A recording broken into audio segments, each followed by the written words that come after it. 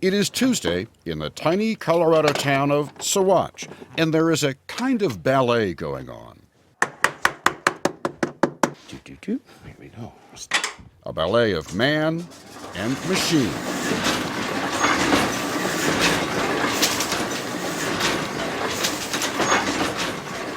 Publisher Dean Coombs is feeding paper into a press, which methodically grabs it, rolls it across lines of type, lifts it, and turns it into the Saguache Crescent. When was this thing developed? How old is this technology? This is a fairly old press, being about 1915. You know, there aren't a lot of things in life that were made in 1915 that are still working. Well, there's my job press, which was made in 1898. I knew I shouldn't have asked. And that's stamp. The Coombs family has been publishing the Crescent every week since 1917. This is his mother at the helm 27 years ago. The same intricate choreography, perfected and passed on, one generation to the next. I was little, and they hooked my baby carriage to the back of that press. Carriage would go back and forth. Rock you back and forth. The newsroom, a virtual time machine, taking you back a century to a time when every big city daily used linotype machines to set copy. Copy is fed to the composing room. That massive presses turned into thousands of newspapers. Now computers do that work, with one exception.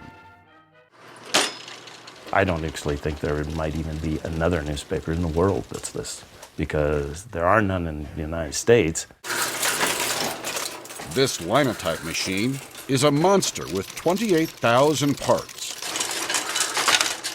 Typing on the keyboard creates a line of type set in a lead slug.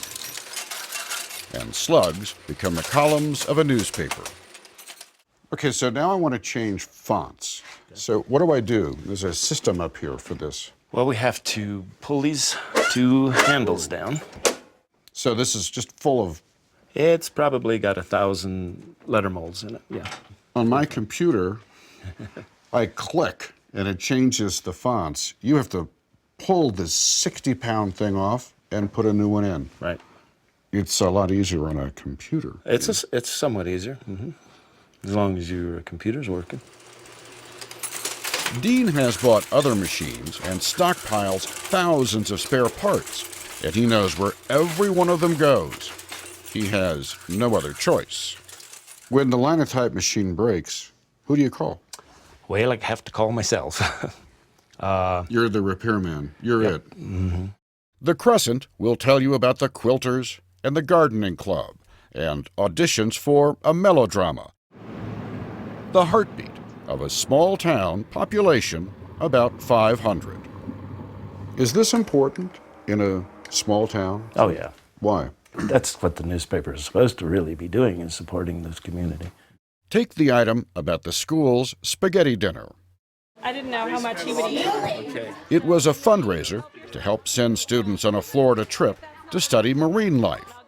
So the Crescent did you a big favor. Yeah. But to Garrett Boyles, so much more than just a community event. They got the word out, and that's pretty good because then people can help us. On your way to being a... Marine biologist. After the paper is printed, the delivery man, that would be Dean Coombs, of course, takes them to the post office. This is to Colorado Springs. This is going to Salida. And there's your report. Thank you. All right. Another batch heads for the 4th Street Diner, How are you guys? Beautiful day. so folks can catch up on what is, around here, breaking news. Whoa, Mary Morfitt's having her 90th birthday. Like a story on Mary Morfitt's 90th birthday, calling her full of spunk and... Short in stature, Mary is long on pluck. Are you long on pluck? Oh, I hope so. You have to be to live this long. The paper has been keeping the town up to date since it was started in 1879, when Saguache was a place for prospectors to buy supplies.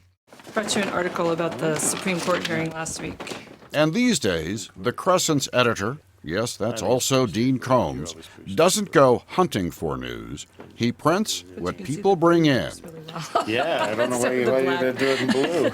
as long as all the news is good news. Excellent.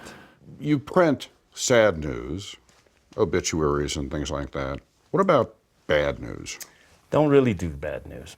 Actually, the Crescent has been referred to, especially when my mom was editing it, as the good newspaper. You know, everybody will know about the bad things. You can't have anything bad that people won't find out about.